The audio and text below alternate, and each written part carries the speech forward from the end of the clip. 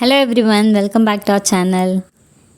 இன்றைக்கி நம்ம வீடியோவில் சூப்பரான பன்னீர் டிக்கா செய்ய போகிறோம்.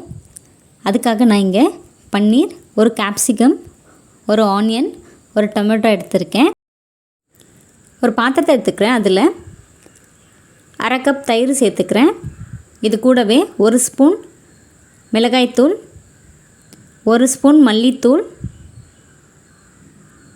ஒரு ஸ்பூன் கரம் மசாலா, 1/4 ஸ்பூன் மஞ்சத்தூள், ஒரு ஸ்பூன் உப்பு, ஒரு ஸ்பூன் மிளகு சீரக பொடி, 1/2 லெமன் பிழிஞ்சு விட்டுக்கோங்க. இது கூடவே கடலை மாவு சேர்த்துக்கிறேன்.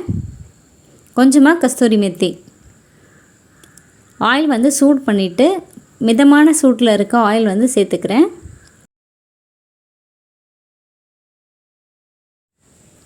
கலருக்காக கொஞ்சம் ஃபுட் கலர் சேர்த்துக்கிறேன். ஃபுட் கலர் சேர்க்க விருப்பம் இல்லைன்னா நீங்கள் காஷ்மீரி ரெட் சில்லி பவுடரை ஆட் பண்ணிக்கலாம்.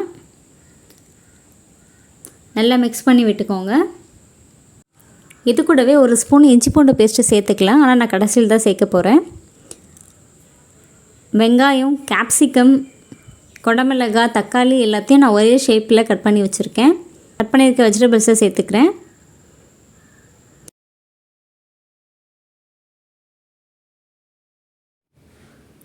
நல்லா மிக்ஸ் பண்ணி விடுங்க. மசாலா எல்லா சைடும் நல்லா ஒட்டணும்.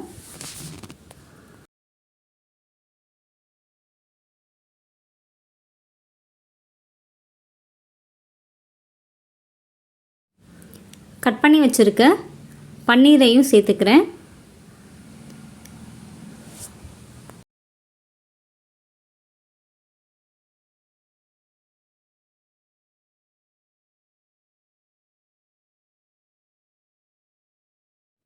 ரொம்ப அழுத்தம் கொடுக்காமல் கலந்து விடுங்க. ஏன்னா பன்னீர் உடஞ்சிரும் சாஃப்டாக இருக்கிறதுனால. நம்ம எல்லாத்தையும் ரெடி பண்ணிவிட்டு ஒரு 15 மினிட்ஸ் ஃப்ரீஸ் பண்ண போகிறோம். இந்த ஸ்டேஜில் இஞ்சி பூண்டு சேர்த்துக்கிறேன். 15 நிமிஷம் கழித்து ஃப்ரிட்ஜிலேருந்து எடுத்துருங்க. ஃப்ரை பண்ணுறதுக்கு இப்போ நம்ம ரெடி பண்ணிக்கலாம். சின்ன டூத் பிக் இருக்கும் இல்லைங்களா, அந்த டூத் பிக் தான் நான் யூஸ் பண்ணியிருக்கேன். நான் ரெடி பண்ணியிருக்கேன். இந்த மசாலா மிக்ஸ் பண்ண வெஜிடபிள்ஸை எல்லாத்தையும் எடுத்து நான் கோத்துக்க போகிறேன். ஃபஸ்ட்டு நான் ஒரு கேப்சிகம் பீஸ் எடுத்துக்கிட்டேன். நெக்ஸ்ட்டு பன்னீர் பீஸ், அப்புறம் ஒரு ஆனியன் பீஸ், நெக்ஸ்ட்டு ஒரு டொமேட்டோ பீஸ், ஃபைனலாக திரும்ப ஒரு ஆனியன் பீஸ். இதே மாதிரி நம்ம ரெடி பண்ணியிருக்க எல்லா வெஜிடபிள்ஸையும் பன்னீரையும் நம்ம கோத்து எடுத்து வச்சுக்கலாம்.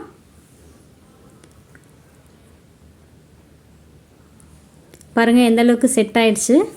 ஸோ சேம் ப்ராசஸில் நம்ம எல்லாமே ரெடி பண்ணி வச்சுட்டு அதுக்கப்புறம் தான் தவாவில் ஃப்ரை பண்ண போகிறோம்.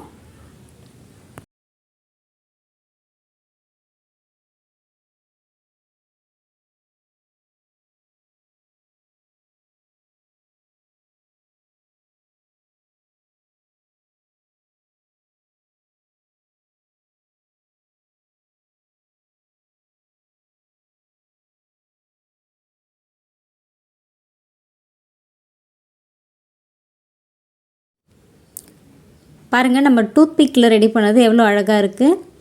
இதை நம்ம குழந்தைங்களுக்கு கொடுத்தா ரொம்ப லைக் பண்ணி சாப்பிடுவாங்க. ஸோ இதே மாதிரி நம்ம எல்லாத்தையுமே ரெடி பண்ணி எடுத்துட்டோம். இப்போ நெக்ஸ்ட் நம்ம அதை தவாவில் ஃப்ரை பண்ணிக்கலாம். ஸோ நான் மினி ஊத்தாப்பம் பேன் தான் எடுத்திருக்கேன். அதில் கொஞ்சமாக ஆயில் விட்டுக்கிறேன். நம்ம ரெடி பண்ணி வச்சுருக்க பன்னீரை நான் ஒரு பிளேட்லேயும் ஒன்று வைக்க போகிறேன். நீங்கள் டைம் கன்சியூம் பண்ணணும் அப்படின்னு நினச்சிங்கன்னா ஒன்றுத்தில் நீங்கள் 2 கூட வச்சுக்கலாம். ஸோ 4 சைடும் திருப்பி விடுங்க. லோ ஃப்ளேமில் குக் ஆகட்டும். ஹை ஃப்ளேம் வச்சிங்கன்னா மேலே மட்டும் ஃப்ரை ஆகிடும், உள்ளே எதுவுமே ஃப்ரை ஆகாது. ஸோ எந்த அளவுக்கு லோ ஃப்ளேமில் வைக்க முடியுமோ அந்தளவுக்கு லோ ஃப்ளேமில் வச்சு குக் பண்ணுங்கள். எல்லா சைடும் திருப்பி விடுங்க, இல்லைன்னா மசாலா குக் ஆகாது.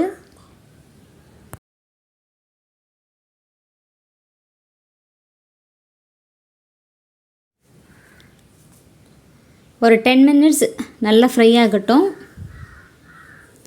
இப்போ பாருங்கள் எவ்வளோ சூப்பராக பர்ஃபெக்டான கலரில் நம்மளோட பன்னீர் டிக்கா ரெடி ஆகிடுச்சு.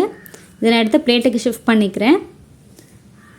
ஸோ இதே மாதிரி எல்லாத்தையும் நல்லா திருப்பி திருப்பி விட்டு ஃப்ரை பண்ணுங்கள். மசாலா எல்லாமே நல்லா ஊறி நல்லா ஃப்ரையாக இருக்குது பாருங்கள். மீதி இருக்க பன்னீரையும் நான் இதே மாதிரி ஃப்ரை பண்ணி எடுத்துக்கிறேன்.